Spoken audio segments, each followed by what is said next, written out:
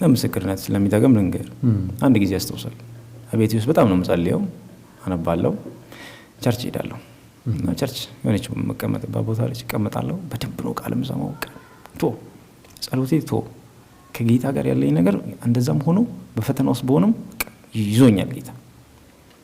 ግን ብዙ ግፊያና ብዙ ጦርነት ውስጥ ስለነበረብኝ በአፌ የማላወራቸው ነገሮች አንድ ቀን ብቻ በህይወቴ የገጠመኝ ነገር ሰው ሁሉ ባክ ያደርጋል ብሎ ያሰበበትን ቀን ልንገር። ቸርች ውስጥ ነው ኮንፈረንስ ተዘጋጅቶ እና ቤተክርስቲያን ውስጥ ነው ያለሁት። እኔ እንግዲህ በብዙ ውጣ ውረድ ውስጥ እያለፍኩ ያለው ትንሽ ደከም ያልኩ ልጅ ነኝ። ግን ከዛ ዓለም የመጣው ልጅ ነኝ። መለወጥ ፈልጋለሁ፣ መታቀፍ ፈልጋለሁ ምናምን ነው የምፈልገው። በዛ ሰዓት ላይ ቸርች ውስጥ ቁጭ ብያለሁ። ኮንፈረንስ ተዘጋጅቷል። 3 ቀን ተከታታይ ኮንፈረንስ አስታውሳለሁ። የመጨረሻው ቀን ይሁን የትኛው ቀን ባለ ወይ ቅዳሜ ነው ወይ እሁድን ይሁን ከአዲስ አበባ የተጋበዘ አገልጋይ ነው የመጣው። ነብይ ነው ትዝ ይለኛል። መድረክ ላይ ቆሞ ከአዲስ አበባ እዛው ደብረ ዘይት ያለ ሰው ነው። አገልጋይ ነው አለ እሱ አገልጋይ አሁንም ድረስ ማለት ነው። እና ከዛን እሁድ ጠዋት ላይ ይመስለኛል ለማገልገል ቆመዋል። ቃል አካፈለ አይ ቲንክ። ከዛ እኔ በመጋል ውስጥ ነው ያለው ቸርች ውስጥ ማለት ነው። ጋሉ ስለ አታቀብኝም ግን በጣም ስፒሪቹዋል ነገር በቃ ትኩስ ፍቅር ውስጥ ነው ያለው። የሚገርም በቃ ከዛ እንደ ከሰብኮ ሲጨርስ አንተኛው ትንሹ ልጅ ተነስ እዛ ጋር ያለው አለ። ከኋላ ያለው ቁጭ ብያለሁ። አየውና ግራና ቀኝ አንተን ነው አለኝ። ቆምኩ። ከዛን በኋላ እዚህ ልጅ ላይ አለ የእግዚአብሔር ዳመና አናቱ ላይ ተቀምጦ እያየው ነው ከቅድም ጀምሮ አለ። አለ እግዚአብሔር ዳመና አላዩ ላይ አለ። ከዛን እዩት አላቸው። ዞሮ ሁሉም አዩኝ። ታቁታላችሁ አላቸው። ዝም አለ። ታቁታላችሁ ዝም። ጉባኤ ጢም ያለ ህዝብ ነው ያለው። ሁሉም ያቀኛል። ሁሉም ዝም አለ። ኦኬ ነብዩ መድረክ ላይ ሆኖ ግራ ገባው። ታቁታላችሁ ብሎ ደግሞ ጠየቃቸው። ማለት አሜንም ካላሉ እናቀዋለንም ካላሉ ምንድነው ዝምታ መልስ ነው ማለት ነው። ከዛን ልክ እንደዚህ እያሉ እኔ ግን የእግዚአብሔርን ክብር ያለው እሱ ላይ እያለ ልክ እያወራ በዛ መሃል የቤተ ክርስቲያን መሪ ሆነው ብድግ ብሎ ቆመ። ማለት ምንም ኖሮኝ አይደለም ማውራው፣ ግን ሰዎች ከጌታ በኋላ የሚመጣባቸው ፈተና ቢመጣ እግዚአብሔርን አይተው እንጂ ማንንም ሰው አይተው መኖር ስለሌለባቸው ዛሬ ብዙ ጴንጤ እንትና ተኮሳተረብኝ ብሎ ባክ ያደርጋል። ክርስትና ይሄ አይደለም። በብዙ ተፈተነን የምታልፈው እና ልክ እንደዛ ሲል ቆመ። ፓስተሩ ቆመ ማለት ነው ብቻው። እኔ ነበር ቆምኩት፣ እሱ ቆመ። ህዝቡ አየ። እግዚአብሔር ሰው ተሳስተሃል አለው። ነብዩን ነው እንዴ ማለት ተሳስተና ቆይ እግዚአብሔር ሰው አለው ማለት ነው። ነብዩ ግራ ገባው። አቤት ፓስተር አለው። ህዝብ እየሰማ ነው፣ ማይክ እየተጠቀመ ነው። ነብዩ እኔ እዛ ቆሜ ያለው ምን ቢለው ጥሩ ነው? እሺ ይሄ ልጅ ቤተክርስቲያን የረገጠ ልጅ ነው አለ እና ነብዩ የሚናገረው ነገር ስህተት ነው የተባለ ነው ማለት ነው። ይሄ ቤተክርስቲያን የረገጠ ልጅ ነው፣ አፈንግጦ የወጣ ልጅ ነው ምናምን አለ። ህዝቡ ጸጥ አለ።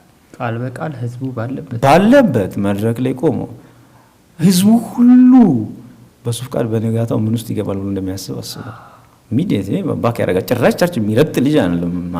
አንተ መድረክ ላይ ቆሞ ነብይ በእግዚአብሔር መንፈስ ነው ደግሞ የሚናገረው መልእክት ትክክል ነበር። ለምን እኔ በጓዳዬ ማንነቴን አውቀዋለሁ፣ ማን እንደሆነ አውቃለሁ። እየተናገረ ያለው መልእክት እያንዳንዱ እኔን ይመለከት ነበር። ለሰዎች ባላወራ ምን ያውቀዋለሁ፣ ማንነቴን አይቼዋለሁ። የዋሸው ከሆነ የዋሸው ነኝ፣ አለማዊ ከሆነ አለማዊ ነኝ። በቃ እኔ ቸርች ማብራራው ሳይሆን የምታየው ራሴን አውቀው የለ እሪል ነበር እየተናገረ የነበረው እውነት ነበረ። በህዝብ ፊት ቆሞ ይሄ ቤተክርስቲያን የረገጠ ነው፣ ቤተክርስቲያን ያፈነገጠ ሰው ነው። ነብዩ አንተን ልስማ ወይስ እግዚአብሔር ልስማ አለው። እግዚአብሔርን ነው የምሰማው፣ በቅርብ ቀን ታዩታላችሁ፣ ፈልጋችሁ ታታገኙትም ይሄ ልጅ አላቸው።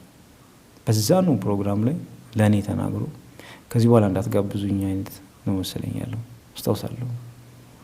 ለምን እግዚአብሔር ያለውን የማይቀበሉ አይነት ሆኖ ስላገኛቸው ጃኬቱን አነሳ፣ ማይኩን አስቀመጠ፣ ወጥቶ ነው ሄዶ አቋርጦ እና በዛ ሰዓት ላይ ብዙ ሰው ወጣ ተከትሎኝ ነው የወጣው። ቸርች አልቆ ስንወጣ ለምን ባክ እንዳላደርግ ትሪት ሊያደርጉኝ ሰዎች ያከተማል። በቃ እንደዚህ ማለት አስበው አንተ ህዝብ መሃል ፓስተር ቆሞ አንተ ደግሞ ተለውጫለሁ ብለህ መተህ ምን ማለት ነው? ይሄ ምንድነው የምትመልስለት? ምን ታረም ባይዘው እግዚአብሔር ሰዎችን እንድወድ አድርጎ ስላስተማረኝ ወዳለሁኝ እንጂ ምንም አይነት ነገር አላረገምና የዛን ሰዓት ላይ ወደ ቤቴ ገባው። ብዬ ገባሁ ወደ ቤቴ። በቃ የሆነ ተስፋ መቁረጥም ተሰማኝ። እዚህ ጋር አጋንንቱ በሌሊት ያስጨንቀኛል። የሚጸልይልኝ ሰው የለም፣ የሚመክረኝ የለም፣ የሆነ የሚጠብቀኝ ሰው የለም። አባትም የሆነ ግራ ገባኝ እና ትቼው ነው መሄድ ያለብኝ ይሄን ነገር ወይስ ልቀጥል? ተምታታው ማለት ነው። ልክ በእንደዚህ አይነት ሁኔታ ውስጥ እያለው በቃ መመለስ ግን እንደሌለብኝ አወቅኩ። ወደኋላ አልመለስም አልኩ። የምጎዳውን እኔ እዛ ውስጥ ብገባ እንጂ ማን ይጎዳል? ማን ይጎዳል? ራሴ እኮ ነው የምጎዳው። ታያለህ፣ ከዚህ በኋላ ቸርች አልመጣም ብል ማን ይጎዳል? ራሴው ነው የምጎዳው። እንደምንም የተለወጥኳትን መለወጥ ለምን አጠፋታለሁ አልኩኝ። እቺን መለወጥ ለምን አላስቀጥላት? ቀን እግዚአብሔርን እያየሁ ለምን አልቀጥልም? ልክ ይሄንን ወሰንኩ። መጸለይን ቀጠልኩ። ቸርች ልቀር አልቀረሁም። በደንብ ገባሁ፣ ሄድኩ በደንብ በቃ የሚያስጠጉኝ ህብረት ውስጥ እገባለሁ። ጸሎት ህብረት ካስጠጉኝ ጸልያለሁ። ወጣቶች ህብረት ካስገቡኝ ጸልያለሁ።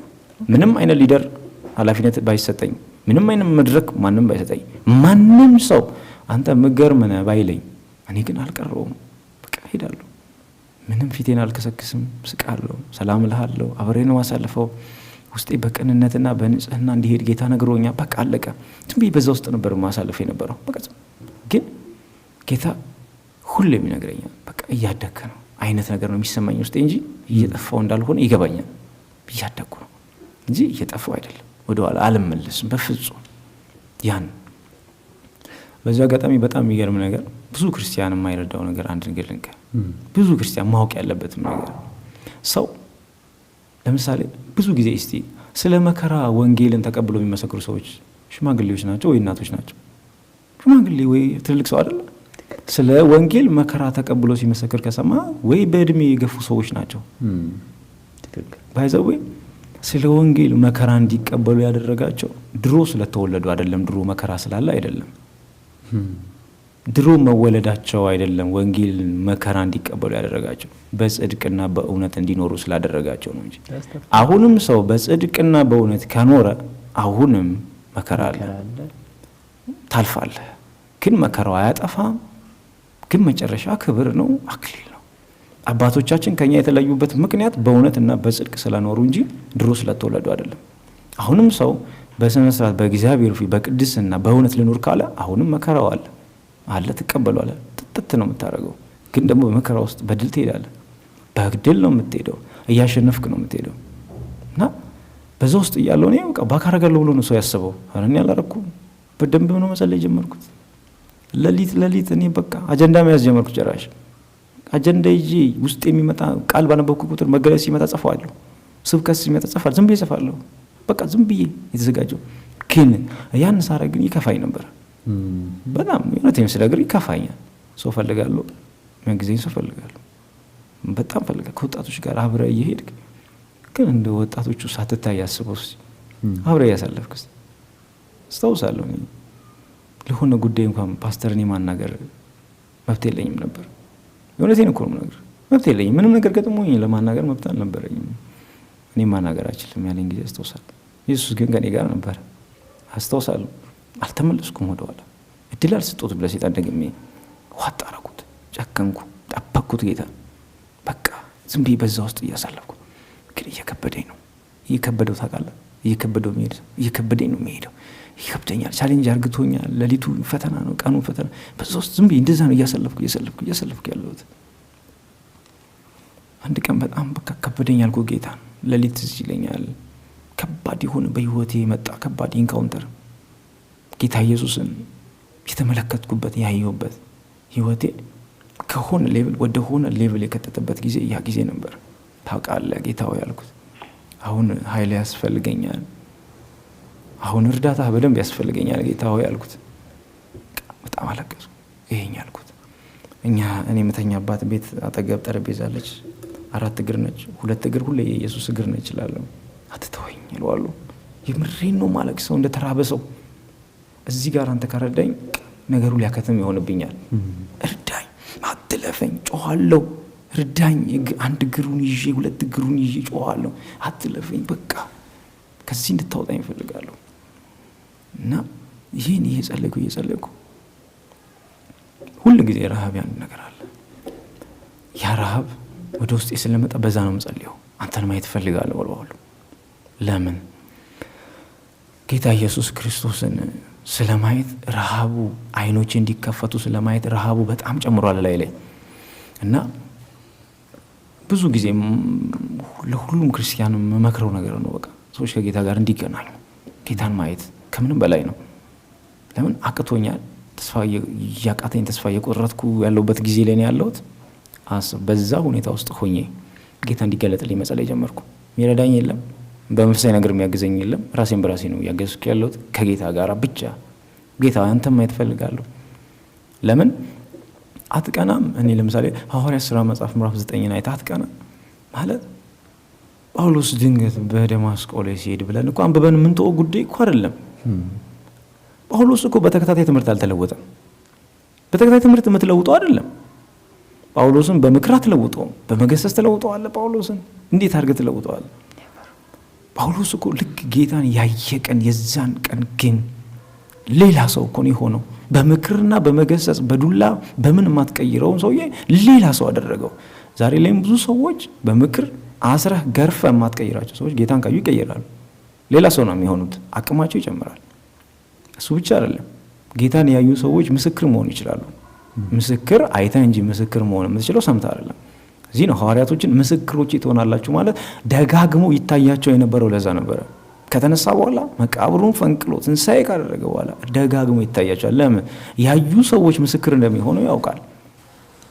ዛሬ ላይ ብዙ ሰው ምስክር የሚሆነው በሰማ በለው እንጂ ሳይቶ አይደለም። ያየ ሰው ነው ባይዘው ምስክር መሆን የሚችለው። አይተሃል ወይ? እነ ዮሐንስን ብትጠይቃቸው አይተናል ይለዋል። ዳሰነዋል፣ ጨብጠናል፣ አብረን በልተናል ነው የሚሉ። ያንን ነው ምን ነገራችሁ ይለዋል።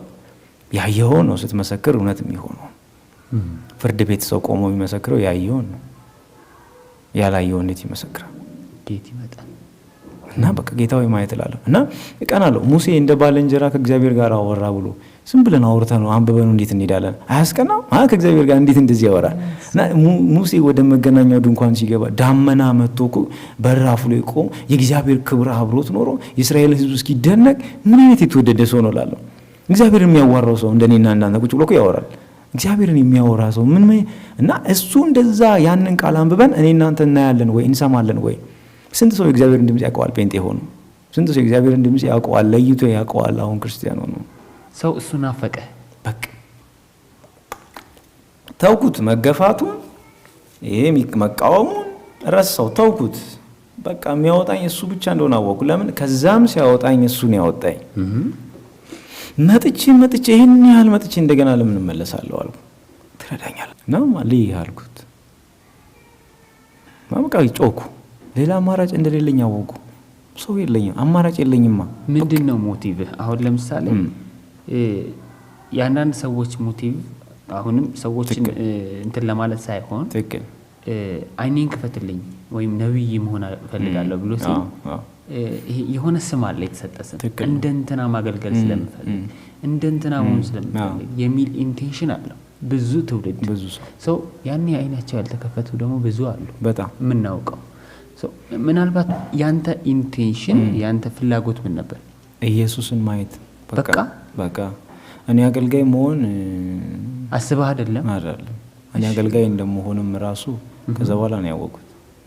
ከዛ በኋላ ነው በልጅነት ያሳየኝ ነገር ሁሉ ያስተወሰኝ ከዛ በኋላ ነው እንጂ እኔ ጌታ ማየት ፈለኩ። በቃ ማየት ነው የምፈልገው። አንተ አይኔን ክፈተው። ማየት ማወቅ ማለት ነው። በቃ ከሱ ጋር ማወቅ እና ካወቅኩት ካየሁት በኋላ ግን ደግሞ ህይወቴ እንደዛው እንደማይቀጥል አወቅኩ። ማለት ይሄ መንፈሳዊ ነገር ይሄ ክርስትና ይሄ የመጡብኝ ነገሮች ሁሉ እንደማይችሉኝ ገባኝ። ስለዚህ አንድ ነገር ግን ፈልጋለሁ፣ አንተን ማወቅና ማየት። የኔ ጸሎት እንደዚህ ሆነ።